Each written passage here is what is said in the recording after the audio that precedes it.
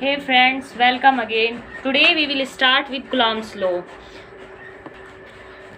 कुलाम ने हमें सिंपली दो इलेक्ट्रोस्टैटिक चार्ज के बीच में फोर्स डिफाइन करके बताया था। वो फोर्स अट्रैक्शन का भी हो सकता है, रिपल्शन का भी हो सकता है।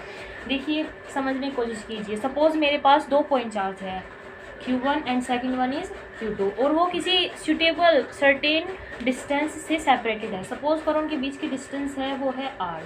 देन जो इनके बीच में फोर्स होगा, कुछ ना कुछ तो फोर्स होगा, अट्रैक्शन का भी हो सकता है, रिपल्शन का भी हो सकता है, वो तो उनके नेचर पर डिपेंड करता है। लेकिन जो फिलहाल इनके बीच में फोर्स एक्ट हो रहा है वो क्या होगा, वो किस किस फैक्टर पे डिपेंड करेगा, इस विषय में उन्होंने हमें फोर्स रूल दिया था। फर्स्टली उन्होंने कहा था कि इनके बीच का जो फोर्स है वो डायरेक्टली प्रोपोर्शनल होगा इन दोनों चार्ज का जो मैग्नीट्यूड है उसके प्रोडक्ट के। मीन्स Q1 इंटू Q2 के डायरेक्टली प्रोपोर्शनल होगा फोर्स। सेकंड वन उन्होंने कहा था कि जो इनके बीच की डिस्टेंस है, इनका जो फोर्स है वो उस डिस्टेंस पे भी डिपेंड करेगा। मतलब इनके बीच का जो फोर्स है वो डिस्टेंस के स्क्वायर के इन्वर्सली प्रोपोर्शनल होगा। अब आप इस बात को यहाँ अप्लाई करने की कोशिश कीजिए। सपोज करो मेरे पास Q1 एक छोटा चार्ज है, Q2 भी एक छोटा चार्ज है। जितने छोटे चार्ज होंगे फोर्स भी उतना ही कम होगा। सपोज कीजिए अब बड़े बड़े चार्ज लिए हमने, एक लिया 100 कुलाम का, दूसरा लिया 200 कुलाम का। अब बड़े बड़े चार्ज हो गए, जितना बड़ा पहलवान होगा उतनी ही ज़्यादा वहाँ फोर्स होगा। इसी तरीके से जितना बड़ा चार्ज होगा उतना ही ज़्यादा वहाँ फोर्स होगा, तभी तो डायरेक्टली प्रोपोर्शनल। अब डिस्टेंस की बात ले लीजिए आप, जितनी कम डिस्टेंस होगी उनके बीच में फोर्स उतना ही ज़्यादा होगा, ठीक है। और जितना ज़्यादा डिस्टेंस होगी उनके बीच में फोर्स उतना ही कम होगा। ये आप डेली लाइफ में भी देख सकते हैं। देन उन्होंने इस इक्वेशन नंबर फर्स्ट माना, इस इक्वेशन नंबर सेकंड माना। जब equation number first and second को हमने कंबाइन किया, then we will find F is directly proportional to Q1 Q2 upon R square. और आप लोग जानते हैं जब भी हम प्रोपोर्शनलिटी का साइन हटाते हैं तो इक्वालिटी के साथ कोई ना कोई कांस्टेंट जरूर आता है। तो उन्होंने यहाँ पे एक कांस्टेंट डिफाइन किया which is equals to K Q1 Q2 upon R square. K यहाँ पे एक कांस्टेंट है जिसे उन्होंने डिफाइन किया, K is equals to 9 into 10 की power 9 newton metre square upon coulomb square. Okay, और उन्होंने कहा कि K इज इक्वल्स टू होगा 1/4 pi epsilon naught, where epsilon naught is equals to है permittivity of medium which is equals to 8.85 into 10 की power -12 coulomb square upon newton metre square. Okay, अब ये permittivity क्या है। अब आपने कहा कि परमिटिविटी हमें समझ में आ गया कि एप्सिलॉन नॉट परमिटिविटी है, लेकिन एक्चुअल में होती क्या है। परमिटिविटी किसी भी मीडियम का वो गुण है जो वहाँ पे फोर्स कितना होगा उसे डिसाइड करती है।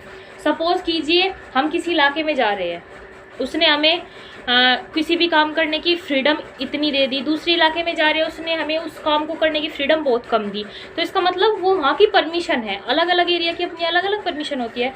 इसी प्रकार अलग अलग मीडियम की अपनी अलग अलग परमिटिविटी होती है। ओके, सपोज कीजिए ये दो चार्ज, पहले तो ये Q1 Q2 मैंने दो चार्ज लिए थे ना, पहले तो ये दोनों चार्ज R डिस्टेंस से जब सेपरेटेड थे, पहले तो ये दोनों चार्ज मैंने ये का ये सिस्टम जाके वाटर में उठा दिया, रख दिया। फिर ये का ये सिस्टम जाके मैंने किसी भी अलग मीडियम में रख दिया। सपोज करो कहीं CO2 गैस थी वहाँ पे रख दिया, या फिर कहीं शहद में जाके रख दिया। ओके, तो मीडियम का फर्क पड़ेगा ना इन दोनों के फोर्स के बीच में। ओके, अब यहाँ पे देखिए आप, क्योंकि हमने देखा था कि F इज इक्वल्स टू क्या था, K into Q1 Q2 upon R square, और फिर कुलाम ने डिफाइन किया था K is equals to 1/4 pi epsilon not which is equals to 9 into 10 की पावर 9। ओके, फिर मैंने इसे यहाँ पे कंबाइन किया तो मुझे मिला F is equals to 1/4 pi epsilon not Q1 Q2 upon R square. ये क्या है, यही तो है कुलाम्स लॉ। अब ये एयर में है, मैंने आपको अभी बात बताई थी कि अगर हम अलग अलग मीडियम चेंज कर दें, कभी इसे वाटर में ले जाके रख दे सेम सिस्टम को, कभी हम उसे शहद में ले जाके रख दे, कभी अनदर मीडियम में ले जाके रख दे, तब क्या होगा। क्योंकि अलग अलग मीडियम में जाएंगे तो अलग अलग मीडियम का एक अलग से कांस्टेंट वहाँ पे इंड्यूस हो जाएगा which is called dielectric medium. Suppose करो मैंने ये सिस्टम किसी डाइलेक्ट्रिक मीडियम में ले जाके रख दिया, ठीक है, तब इनके बीच में जो काम करेगा ना फोर्स, वो उसके डाइलेक्ट्रिक कांस्टेंट K पे डिपेंड होगा।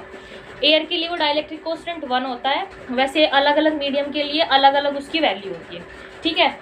अब ये कैसे इफेक्ट करेगा, ये एप्सिलॉन नॉट के साथ मल्टीप्लाई होकर इफेक्ट करेगा उसे, मतलब किसी भी मीडियम, सपोज करो ये एम मीडियम है, तो इसके लिए जो फोर्स होगा इन दोनों के बीच में वो होगा F M is equals to 1/4 pi epsilon M Q1 Q2 upon R square. और मैंने यहाँ पे एप्सिलॉन एम क्यों लिखा, क्योंकि ये परमिटिविटी है इस मीडियम की, which is equals to epsilon not into K, मतलब permittivity in air into dielectric constant of this medium.